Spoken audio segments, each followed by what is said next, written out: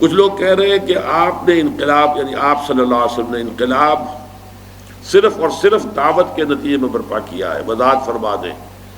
نیز تبلیغی جماعت کی دعوت اور تبلیغ کسی انقلاب کا پیش خیمہ ثابت ہو سکتی ہے؟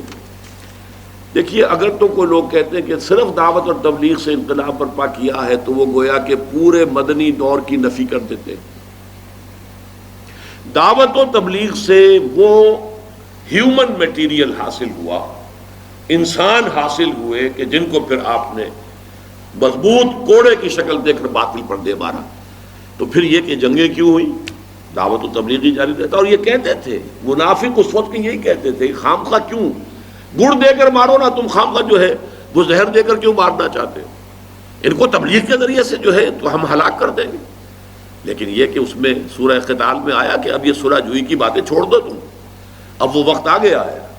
اس لیے کہ در حقیقت عام انسان جو ہے ان میں تو بہت سے لوگ ہوتے ہیں سلیم الفطرت، جو دعوت و تبلیغ سے اثر قبول کر لیتے ہیں، لیکن جن کے ویسٹڈ انٹرسٹ ہوتے ہیں، جو پریولیج کلاسز ہوتی ہیں معاشرے کے اندر، جن کے مفادات نظام کے ساتھ وابستہ ہوتے ہیں، وہ نہیں مانا کرتے۔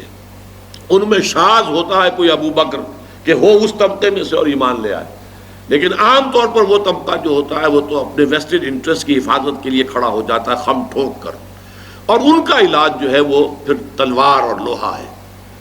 وَأَنزَلْنَا الْحَدِيدَ فِيهِ بَأْسٌ شَدِيدٌ وَمَنَافِعُ لِلنَّاسِ، ہم نے شریعت اتاری، کتاب اتاری۔ لَقَدْ أَرْسَلْنَا رُسُلَنَا بِالْبَيِّنَاتِ وَأَنزَلْنَا مَعَهُمُ الْكِتَابَ وَالْمِيزَانَ لِيَقُومَ النَّاسُ بِالْقِسْطِ وَأَنزَلْنَا الْحَدِيدَ، ہم نے لوہا بھی اتارا ہے۔ ان بگڑے تگڑوں کا علاج جو ہے وہ در حقیقت، جس کو اقبال نے کہا ہے کہ مرد ناداں پر کلام نرم و نازک بے اثر، مرد ناداں پر کلام نرم و نازک بے اثر، پھول کی پتی سے کٹ سکتا ہے ہیرے کا جگر۔